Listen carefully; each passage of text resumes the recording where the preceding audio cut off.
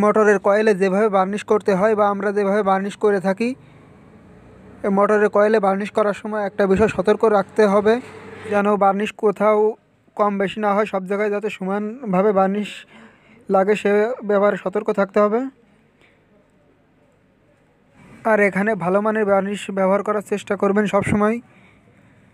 আর কখনোই বার্নিশ না শুকিয়ে, ভালোভাবে না শুকিয়ে মোটর রানিং করবেন না বা মোটর চালাবেন না। মোটর চেক করা যেতে পারে, কিন্তু মোটর চালানো উচিত নয় কখনোই। এভাবে ঘুরিয়ে ঘুরিয়ে আস্তে আস্তে সব জায়গায় বার্নিশ করতে হবে, কোথাও যেন কম বেশি না হয় সে ব্যাপারে অবশ্যই খেয়াল রাখতে হবে। আর প্রতিটা কয়েলে কয়েক ফোঁটা ঢেলে দিতে হবে, যাতে করে কয়েলের ভিতরে ঢুকে যায়। কয়েলের যে ছিদ্র থাকবে কয়েলের গোড়ায়,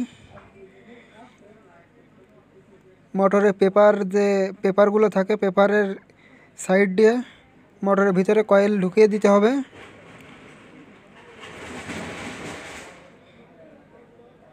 যাতে করে মোটরের ভিতরের যে কয়েলগুলো থাকে সেই কয়েলগুলোই সুন্দরভাবে বার্নিশ মেখে যায়। খেয়াল রাখতে হবে যেন কোনো কয়েল বার্নিশ না লেগে বাকি থাকে না, যেন কোনো কয়েল যদি বাকি থেকে যায় তাহলে ওই কয়েলটা দ্রুত নষ্ট হয়ে যাবে বা গরম হবে। মোটরের ক্ষেত্রে সব জায়গায় সম্পূর্ণ কয়েলে বার্নিশটা সমানভাবে লাগতে হবে। কোথাও কম বেশি হলে যেখানে কম লাগবে বা যেখানে বেশি লাগবে গরম হবে, যেখানে কম লাগবে সেই স্থানটি বেশি গরম হবে। তাই সবসময় চেষ্টা করবেন সুন্দরভাবে বার্নিশটি করার। বার্নিশ করার পরে ভালোভাবে রোদে শুকিয়ে নেবেন।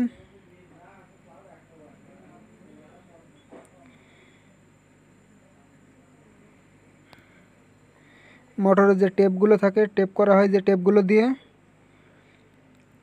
এই টেপগুলো সম্পূর্ণ ভিজিয়ে দিতে হবে।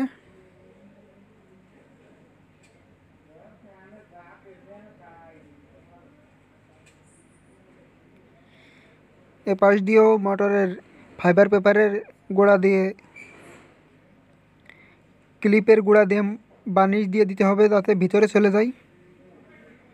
ভিতরের প্রতিটা কয়েলে যাতে বার্নিশ লাগে সে ব্যাপারে খেয়াল রাখতে হবে।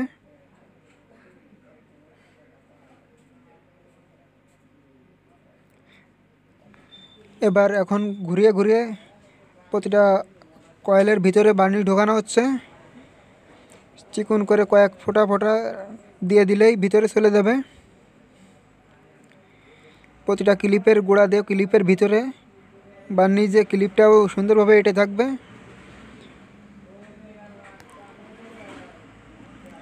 দেখতে পাচ্ছেন বার্নিশ করা প্রায় শেষ।